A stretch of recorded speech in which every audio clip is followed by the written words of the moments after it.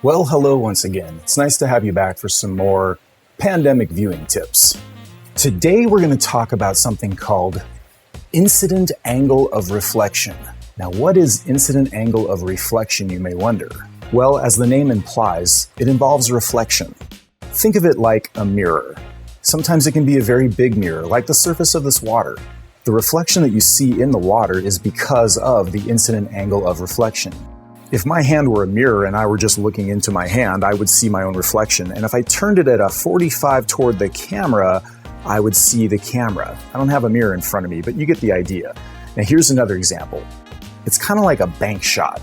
Think of it like a game of pool, how the ball ricochets off the opposite edge.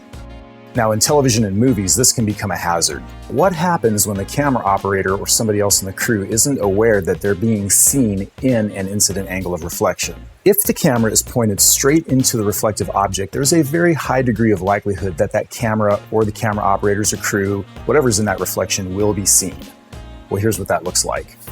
Take a look at this example where a car pulls up into the shot. Now this is just an accident waiting to happen. And as you can see, I'm going to slow this down right there. You see that? That is the shape of the camera, the operator, some other crew perhaps there. That's incident angle of reflection.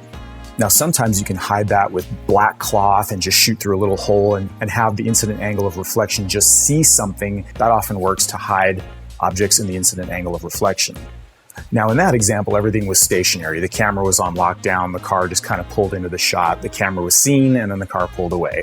And a lot of people may not have caught that. But if you look for it, you'll find it in other places. Now, most often when you watch television and movies, you'll notice that the angles looking at a car are always at an angle to try to avoid that straight-on incident angle of reflection.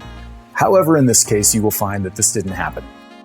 In this scene, first of all, it's kind of a cool transition. They use a technique where you take part of another scene and you use it as a transition. So this moving person holding a piece of sheet metal is the transition into this next scene, which is kind of cool. Now here you can see this actor's incident angle of reflection in the van that's parked. You can also see the primary actor that the camera's going to follow and his incident angle of reflection. But if you look really close, I'm going to slow this down. Did you see that?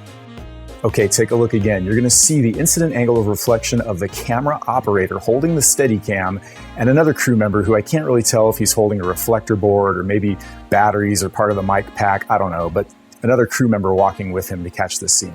Yeah, that's what happens when you're not paying attention to your incident angle of reflection. So there you go. If you didn't know about incident angle of reflection before, now you do.